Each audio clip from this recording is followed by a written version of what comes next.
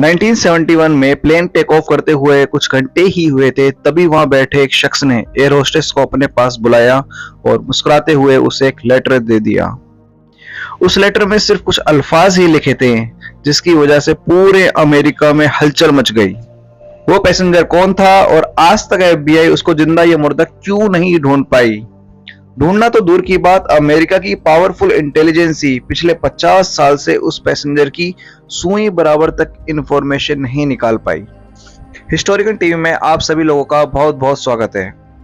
इस interesting story की शुरुआत 24 नवंबर 1971 को पोर्टलैंड एयरपोर्ट से हुई थी। एक शख्स जो दिखने में बिजनेसमैन की तरह लग रहा था, उसने पोर्टलैंड से सिएटल का टिकट बुक कराया और सीधा जहाज की तरफ बढ़ने लगा। उस समय अमेरिका की डोमेस्टिक फ्लाइट की कोई सख्त चेकिंग नहीं की जाती थी, ना ही पैसेंजर का सामान चेक किया जाता था और ना ही उनकी आइडेंटिटी वेरिफिकेशन की जाती थी। ये नॉर्थ वेस्ट ओरिएंट एयरलाइन का जहाज बोइंग 727 था, जिसको सिर्फ 45 मिनट में पोर्टलैंड से सिएटल पहुंचना था। काला चश्मा एंड ब्लैक कोट पहने एक शख्स जिसका नाम डैन कूपर था, वो अपनी पसंद की आखिरी सीट पर जाकर बैठ गया। उसने अपने लिए एक ड्रिंक ऑर्डर की और साथ ही सिगरेट भी जला ली।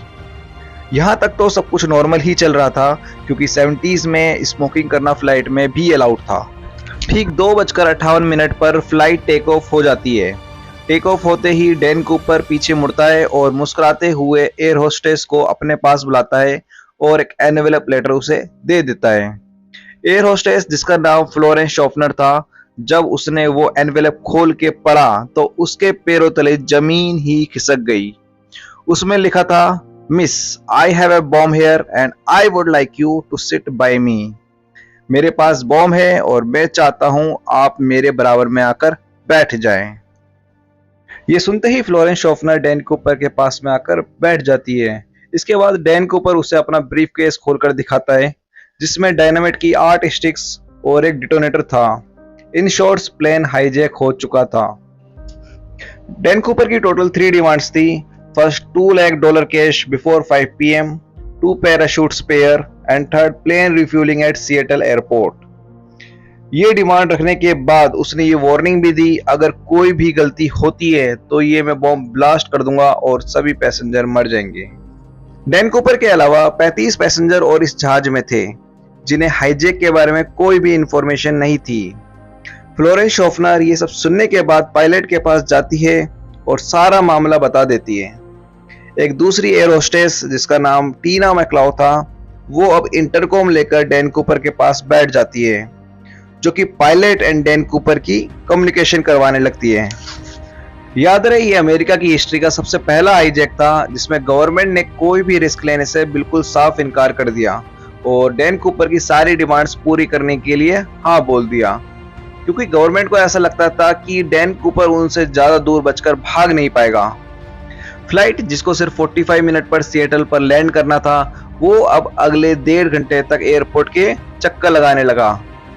पैसेंजर जिन्हें हाईजैक के बारे में कोई भी इंफॉर्मेशन नहीं थी, उन्हें बताया गया कि टेक्निकल प्रॉब्लम की वजह से लैंडिंग करने में उन्हें प्रॉब्लम आ रही है। इस दौरान सिएटल नेशनल बैंक से $20 के 10,000 नोट इकट्ठे कर लिए गए, साथ ही उनके सीरियल नंबर भी नोट कर लिए गए और एक करीबी स्काई डाइविंग क्लब से 2 पैराशूट्स भी अरेंज कर लिए गए। 5:45 पर जहाज को लैंड करा लिया गया और वादे के मुताबिक डैन कूपर को 2 पैराशूट्स और पैसों से भरा एक बैग दे दिया गया और इसी बीच जहाज में फ्यूल भी भर लिया गया। वादा पूरा होते ही डैन कूपर ने 35 पैसेंजर को उतरने की इजाजत दे दी, पर पायलट एंड 2 क्रू मेंबर को वहीं रहने के लिए कहा। इस वक्त रात काफी हो चुकी थी और प्लेन को एक बार फिर से टेक ऑफ करा लिया गया। डैन कूपर ने पायलट को कुछ इंस्ट्रक्शंस दिए, जैसे कि प्लेन की हाइट 10,000 एल्टीट्यूड पर रखने के लिए कहा, प्लेन की स्पीड 320 किलोमीटर पर आवर रखने के लिए कहा और प्लेन को मैक्सिको सिटी की तरफ मोड़ने के लिए कहा। पायलट ने 2 कंडीशंस तो पूरी कर दी, पर प्लेन को मैक्सिको ले जाने के लिए मना कर दिया, क्योंकि मैक्सिको सिटी वहां से काफी दूर थी, जिससे प्लेन का फ्यूल खत्म हो जाता। पायलट ने 2 सिटी के नाम लिए प्लेन को रिफ्यूल कराने के लिए, first Reno, second Phoenix. Dan Cooper Reno के लिए रेडी हो गया। इसी बीच फेडरल अथॉरिटी भी अपना काम कर रही थी उन्होंने 2 फाइटर प्लेन डैन कूपर के प्लेन के पीछे लगा दिए। फाइटर प्लेन जिन्हें काफी हाई स्पीड पे चलाया जाता है, उन्हें स्लो स्पीड मेंटेन करने में काफी प्रॉब्लम आ रही थी, जिसकी वजह से वो डैन कूपर के प्लेन के चक्कर लगाने लगे। इसी बीच डैन कूपर ने टीना मैकलाओ को बुलाया और पायलट के पास जाने के लिए कहा। जाते समय टीना मैकलाओ ने आखिरी बार डैन कूपर को कुछ कमर पर बांधते हुए देखा। उसके बाद जहाज की सीढ़ियां खुली और डैन कूपर ने सीधा वहां से छलांग लगा दी। इसके बाद जो कुछ भी हुआ उसको आज तक 50 सालों से डिस्कस किया जा रहा है। इसके बाद जब प्लेन ने लैंडिंग की तो प्लेन को काफी अच्छे से चेक किया गया, तो ना तो वहां पर डैन कूपर मिला, ना ही उसका बॉम्ब। ना सिर्फ जहाज में बल्कि इस वाक्य के बाद डैन कूपर का कहीं कोई अता पता नहीं लग सका, ना ही जिंदा और ना ही मुर्दा। आखिर डैन कूपर कौन था और हाईजैक करने के बाद वो आखिर गया कहां? ये केस फेडरल ब्यूरो इन्वेस्टिगेशन का वो केस है जिसे आज तक बंद नहीं किया गया। डैन कूपर जब प्लेन से कूदा था तब वो अपने पीछे 8 सिगरेट के बट्स, एक टाई और 2 में से एक पैराशूट छोड़ गया था।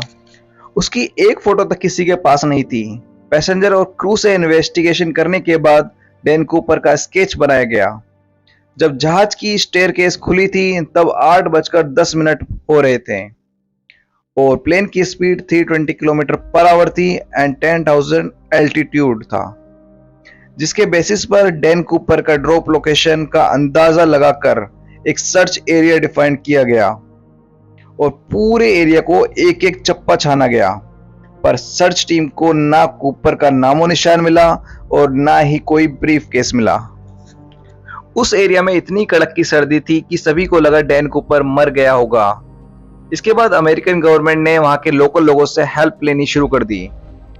डैन कूपर का स्केच और $2 लाख के सीरियल नंबर न्यूज़पेपर में पोस्ट करवा दिए गए और डैन कूपर पर $10,000 का इनाम रख दिया गया। उन्हें लगता था कि अगर डैन कूपर जिंदा हुआ तो कभी न कभी तो वो उन पैसों को खर्च जरूर करेगा, लेकिन उस सीरियल नंबर के एक भी नोट कभी भी कहीं भी दोबारा देखे नहीं गए। लेकिन मामला अभी खत्म नहीं हुआ था। 1980 में करीब 9 सालों के बाद एक इंसिडेंट होता है। सदर्न वॉशिंगटन में कोलंबिया रिवर के पास एक बीच है जिसे टीना बार बीच कहा जाता है। वहां एक बच्चा अपने पेरेंट्स के साथ खेल रहा था। उसने वहां नोटों की 3 गड्डियां देखी। ये $20 के नोटों की गड्डियां थी जो टोटल $5,800 बनते थे। बच्चे के पेरेंट्स नोटों को लेकर FBI के पास गए। खुशकिस्मती से इनके सीरियल नंबर उन सीरियल नंबर से मैच कर रहे थे जो डैन कूपर लेकर भागा था। ये डैन कूपर की केस की 9 सालों में पहली सक्सेस थी, बट यहाँ पर केस सोल्व होने की जगह और कॉम्प्लिकेटेड हो गया क्योंकि ये पैसे ड्रॉप लोकेशन से 27 किलोमीटर दूर पाए गए। पहले ये लगा ये पैसे कूपर से गिरे होंगे और रिवर में बहते हुए कोलंबिया बीच तक आ गए होंगे, लेकिन बाद में नोटिस किया गया कि कोलंबिया रिवर तो अपोजिट डायरेक्शन में फ्लो करती है, यानी ये पैसे लुइस रिवर से बहकर टीना बार बीच तक किसी भी सूरत में नहीं आ सकते। FBI के लिए ये मामला सुलझने की जगह और उलझता ही जा रहा था। ना सिर्फ इतना बल्कि टीना बार बीच जहां से ये पैसे मिले थे वहां पर 1974 में कुछ खुदाई का काम किया गया था।